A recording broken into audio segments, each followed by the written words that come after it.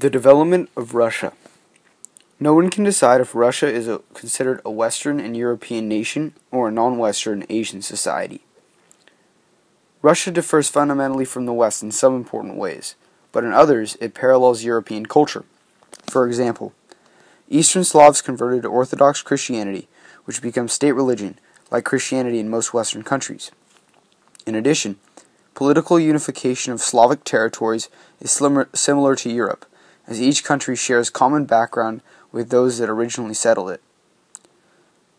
Boyar nobility, commoners, and a peasant class was very similar to feudal division in Europe.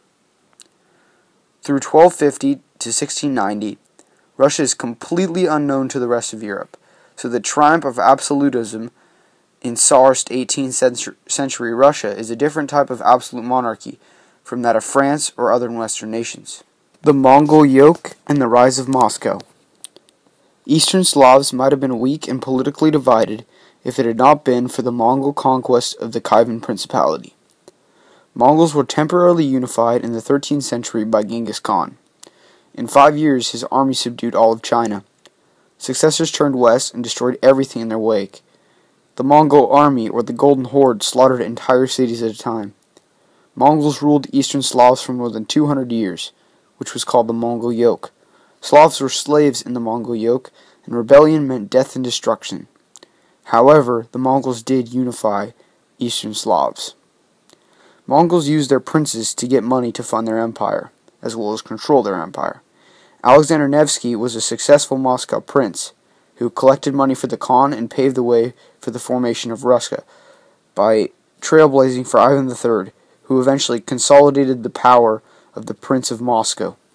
The Moscow prince was the absolute ruler, or the Tsar. Ivan III ignored the Khan and considered himself the absolute ruler. After the fall of Constantinople, Ivan III saw himself as the heir of the one true faith, Orthodox Christianity, and passed over his faith to his people. As a result of Tsar's takeover, peasant freedom decreased as well as boyard power. The Tsar and his people to 1689. Ivan IV, or Ivan the Terrible. Why did Ivan become so terrible?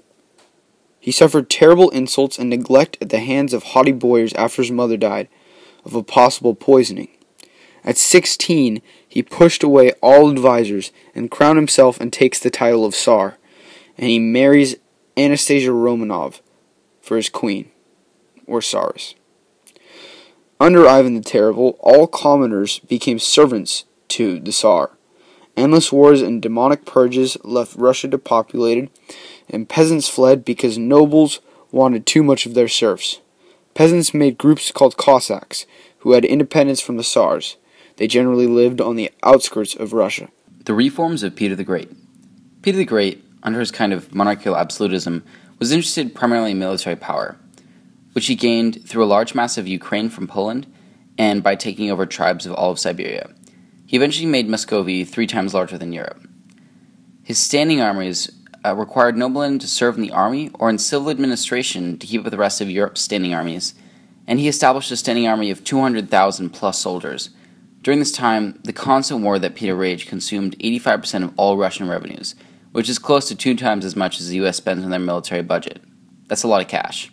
His other reforms include overturning the Russian Regency in 1689 so that he could assume personal rule over Russia, and writing explanations attached to his decrees to get public trust. Absolutism and Baroque architecture. Baroque style begins with an absolutist ruler, Louis XIV of France. He used Baroque architecture to symbolize the power that he had. Soon, others began to follow. Emperor Leopold, a Habsburg, ordered a Viennese version of Versailles. Charles XI of Sweden ordered a royal palace in Stockholm, while Frederick I of Prussia built himself a palace in Berlin, all using Baroque architecture. All modeled the original Palace of Versailles, built by Louis XIV. Baroque architecture is special because it called on the integration of the skills of architects, painters, and artisans all at once. The architect would allow the painters and artisans to add their own touch to the building. Baroque style was also applied to cities, St. Petersburg being the most famous example. These cities were altered to include broader, straighter pathways, all leading to the king. New, powerful-looking government buildings were built, and a more mathematical approach to layout and buildings was used. Peter the Great wanted to use Baroque architecture to rebuild his capital city, St. Petersburg. Peter believed that he could only reform his country if St. Petersburg was reformed first. Peter wanted the quintessential Baroque look. Large parks and walkways, stone bridges and lighting, everything had to fit a certain code. To rebuild the city, Peter put a massive tax on the wealthy to pay for the job, which he then spent by drafting 40,000 men per year to work in St. Petersburg, without pay. Though many changes were made, the only immediate beneficiaries were foreign architects and urban planners, doing very little to reform Russia.